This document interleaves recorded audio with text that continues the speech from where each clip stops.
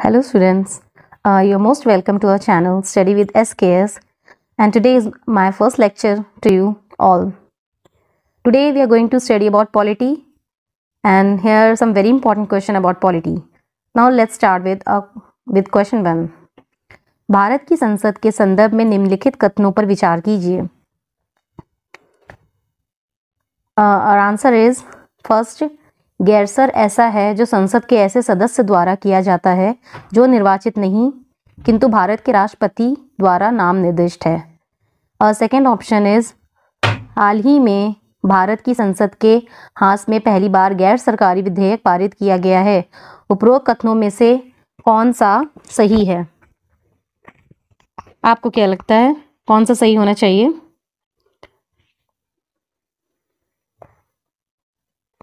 ए केवल 1, बी 1 और 2 दोनों, सी केवल 2, डी ना तो 1 ना तो 2. क्या लगता है आपको कौन सही होना चाहिए? So let me tell you, the right answer is answer D. Now I will explain you about that. व्याख्या संसद में विधेयकों दो क्रिया होती हैं. एक सरकारी तथा दूसरा गैर सरकारी विधेयक होता है. सरकारी विधेयक को मंत्री द्वारा पेश किया जाता है, लेकिन गैर सरकारी विधेयक को के अलावा किसी भी सदस्य द्वारा पेश नहीं किया जा सकता है. आई थिंक आप सबको समझ में आ गया होगा ये. Now come to a second question. समाज में समानता के होने का एक निहितार्थ यह है कि उसमें, ये हमारे 4 ऑप्शंस हैं. What should be our answer? A. विशेषाधिकारों का अभाव है. B. अव का अभाव है. C. प्रतिस्पर्धा का अभाव है. D. विचारधारा का अभाव है. And answer is answer A. व्याख्या समाज में समानता के होने का एक निहितार्थ यह है कि उसमें विशेषाधिकारों का अभाव पाया जाता है, क्योंकि जिस समाज में किसी व्यक्ति, संख्या, परिवार में समुदाय को विशेषाधिकार प्रदान नहीं किए जाते हैं, यहाँ सभी समान होते हैं, अवरोधी का विकास को इंगित करता है. ओके, आया आपको समझ में? Now come to third question. संविधान के 42वें संशोधन द्वारा निम्नलिखित में से कौन सा सिद्धांत राज्य के नीति निदेशक तत्वों में जोड़ा गया था? ये हमारे 4 ऑप्शंस हैं. पुरुष और स्त्री दोनों के लिए समान कार्य का समान वेतन. बी. उद्योगों के प्रबंधन के कामगारों की सहभागिता. सी. काम, शिक्षा और सार्वजनिक सहायता पाने का अधिकार. डी. श्रमिकों के लिए निर्वाह योग्य वेतन एवं काम को मानवीय दशाएं सुरक्षित कराना. क्या होना चाहिए अपना answer? The answer is answer B. संविधान के 12वें संशोधन 1976 द्वारा राज्य के नीति निदेशक लो में उद्योगों के प्रबंधन में कामगारों की सहभागिता अनुच्छेद 43 ए पिछड़े वर्ग एवं निःशुल्क व्यायिक सहायता अनुच्छेद 39(1) एवं अन्य की सुरक्षा तथा पर्यावरण के संरक्षण हेतु कार्य अनुच्छेद 18 ए सिद्धांत को जोड़ा गया है. Now come to question 4. निम्नलिखित कथनों में से कौन सा एक सही है? ए. ऑप्शन ए, अधिकार नागरिकों के विरुद्ध राज्य के दावे हैं. बी. अधिकार में विशेषाधिकार है जो किसी राज्य के संविधान में समाविष्ट. सी. अधिकार राज्य के विरुद्ध नागरिकों के दाएं हैं. डी. अधिकार अधिकांश लोगों के विरुद्ध कुछ नागरिकों के विशेषाधिकार हैं. हमारा आंसर होगा आंसर ऑप्शन सी. अधिकार राज्य के विरुद्ध नागरिकों के दावे होते हैं. अधिकार लोगों के राज्य के तानाशाही नियम से प्रदान करते हैं. अधिकार व्यक्ति को एवं प्रदान करते हैं. राज्य एक कानून है कि कोई व्यक्ति अतः अधिकार राज्य की विधान एवं कार्यपालिका शक्ति को नियमित रखते हैं. समझ में आया होगा आपको, I hope. Now come to question 5. स्थानीय स्वशासन की सर्वोत्तम व्याख्या यह की जा सकती है, यह एक प्रयोग है. ऑप्शन ए, संघवाद का. बी. लोकतांत्रिक केंद्रीकरण का, ऑप्शन सी प्रशासकीय प्रत्यायोजन का, ऑप्शन डी प्रत्यक्ष लोकतंत्र का। What should be answer? और आंसर इज बी, स्थानीय स्वशासन लोकतांत्रिक प्रणाली का एक महत्वपूर्ण भाग है, जो कि लोकतांत्रिक विकेंद्रीकरण का एक महत्वपूर्ण उदाहरण है। विकेंद्रीकरण सत्ता के ढांचे में एक मूलभूत परिवर्तन उसमें जनता की अधिकतम भागीदारी को बनाता है। समझ में आ रहा है आपको? क्योंकि इसमें सत्ता की शक्तियों को निम्नतम स्तर तक विभाजित किया जा सकता है। परिणाम स्वरूप न केवल सत्ता में जन भागीदारी होती, बल्कि सत्ता का लाभ अधिकतम लोगों तक पहुंचता है एवं बुनियादी विकास होता है। Okay, let's come to next question. It is question 6। निम्नलिखित कथनों पर विचार कीजिए। भारत के संविधान के संदर्भ में राज्य के नीति निदेशक तत्व। फर्स्ट, विधायिका के कृत्यों पर निर्बंधन करते हैं। सेकेंड, कार्यपालिका के कृत्यों पर निर्बंधन करते हैं। उपरोक्त कथनों में से कौन सा से सही है? ऑप्शन ए केवल एक, ऑप्शन बी केवल दो, ऑप्शन सी एक और दो, ऑप्शन डी न तो एक न तो दो। And our answer is option D. भारतीय संविधान के भाग 4 में वर्णित राज्य के नीति निदेशक तत्व संविधान के किसी भी भाग पर निबंधन नहीं लगाते हैं। नीति निदेशक तत्वों का स्वरूप सकारात्मक है, नकारात्मक नहीं, क्योंकि राज्य के कार्य करने का निर्देश देते हैं, कार्य ना करने का नहीं। नीति निदेशक तत्वों का उद्देश्य देश का सामाजिक एवं आर्थिक विकास करना है, अतः ये सभी को निर्बंधनों से मुक्त करते हैं।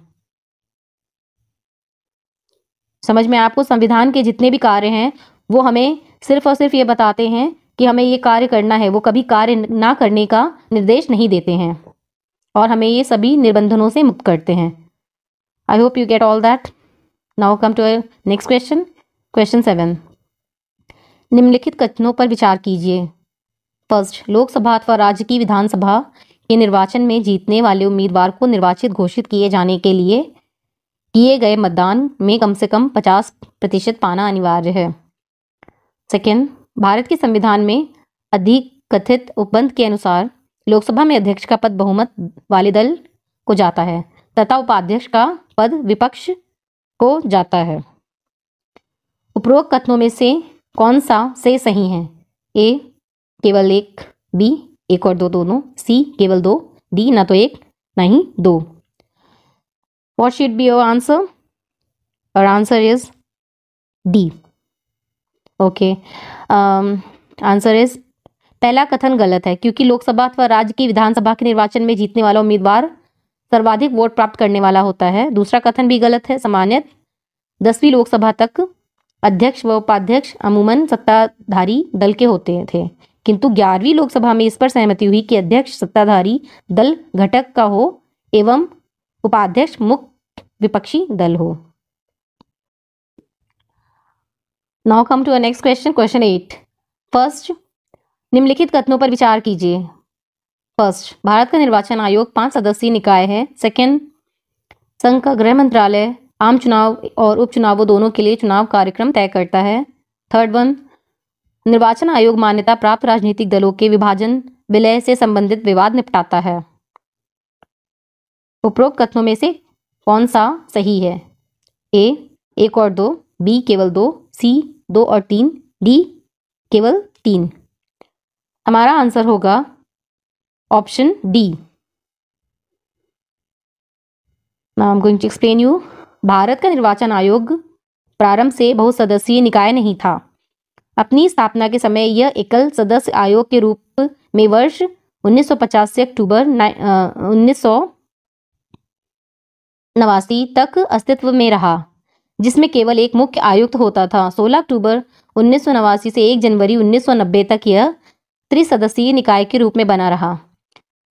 2 जनवरी 1990 से 30 सितंबर 1993 तक यह पुनः एकल सदस्य आयोग के रूप में बना रहा। 1 अक्टूबर 1993 से पुनः 3 सदस्यीय आयोग के रूप में कार्यरत हुआ और वर्तमान में चुनाव आयोग में एक अध्यक्ष और 2 अन्य सदस्य होते हैं। अतः कथन एक गलत है। आम चुनाव और उपचुनावों में चुनाव कार्यक्रम को तय करना चुनाव आयोग का कार्य है।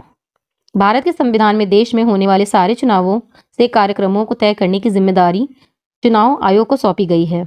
अतः कथन 2 भी असत्य है। निर्वाचन आयोग मान्यता प्राप्त राजनीतिक दलों के विभाजन विलय से संबंधित विवादों का निपटारा करता है। अतः कथन 3 सत्य है। आई होप आपको ये सब समझ में आ रहा होगा, क्योंकि इसमें कोई भी डिफिकल्टी है नहीं और ये सारे क्वेश्चंस हिंदी में हैं। मे बी कुछ जो इंग्लिश के स्टूडेंट्स हैं उनको थोड़ी डिफिकल्टी होगी, बट आप इसके गो थ्रू जाएंगे तो आपको समझ में आएगा। नाउ नेक्स्ट क्वेश्चन, भारत में मताधिकार और निर्वाचित होने का अधिकार ऑप्शन ए मूल अधिकार है, बी नैसर्गिक अधिकार है, सी संवैधानिक अधिकार है, डी विधिक। तो हमारा आंसर क्या होना चाहिए? हमारा आंसर होगा ऑप्शन सी संवैधानिक अधिकार है। एक्सप्लेनेशन, अनुच्छेद 326 के अनुसार लोकसभा और राज्य की विधानसभाओं के लिए चुनाव एक वयस्क मताधिकार किया जाना तय किया गया है। मताधिकार चुनावी प्रक्रिया की रणनीति के साथ प्रत्येक नागरिक या देश को उनके उम्मीदवार जो संसद में उनका प्रतिनिधित्व करने के लिए चुने जाने हैं को विवरण सुनिश्चित रूप से प्राप्त करने का अधिकार प्रदान करता है। अतः भारत में मताधिकार और निर्वाचित होने का अधिकार एक संवैधानिक अधिकार है। Okay, now come to last question.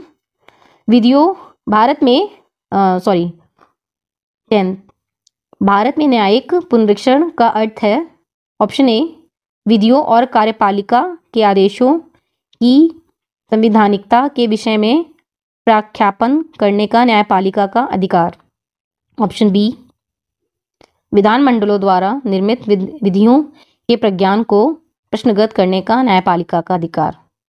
Come to a next option C न्यायपालिका का सभी विधायी अधिनियमों के राष्ट्रपति द्वारा उन पर सहमति प्रदान किए जाने के पूर्व पुनरीक्षण का अधिकार, ऑप्शन डी न्यायपालिका का समान या भिन्न विवादों में पूर्ण में दिए गए स्वयं के निर्णयों के पुनरीक्षण का अधिकार। तो हमारा आंसर होगा ऑप्शन ए विधियों और कार्यपालिका के आदेशों की संवैधानिकता के विषय में प्रख्यापन करने का न्यायपालिका का अधिकार। ना एक्सप्लेनेशन, न्यायिक पुनरावलोकन अथवा न्यायिक पुनरीक्षण उस प्रक्रिया को कहते हैं जिसके अंतर्गत कार्यकारिणी के कार्यों तथा कभी कभी विधायिका के कार्यों का न्यायपालिका द्वारा पुनरीक्षण का प्रावधान हो। दूसरे शब्दों में न्यायिक पुनरावलोकन से तात्पर्य न्यायालय की उस शक्ति से है जिस शक्ति के बल पर वह विधायिका द्वारा बनाए कानूनों, कार्यपालिका द्वारा जारी किए गए आदेशों तथा प्रशासन द्वारा किए गए कार्यों की जांच करता है कि वे मूल ढांचे के अनुरूप है या नहीं। अतः विकल्प ए सही उत्तर है। I am going to wind up this video right here right now. तब तक के लिए keep watching study with channel study with SKS। Okay, bye students.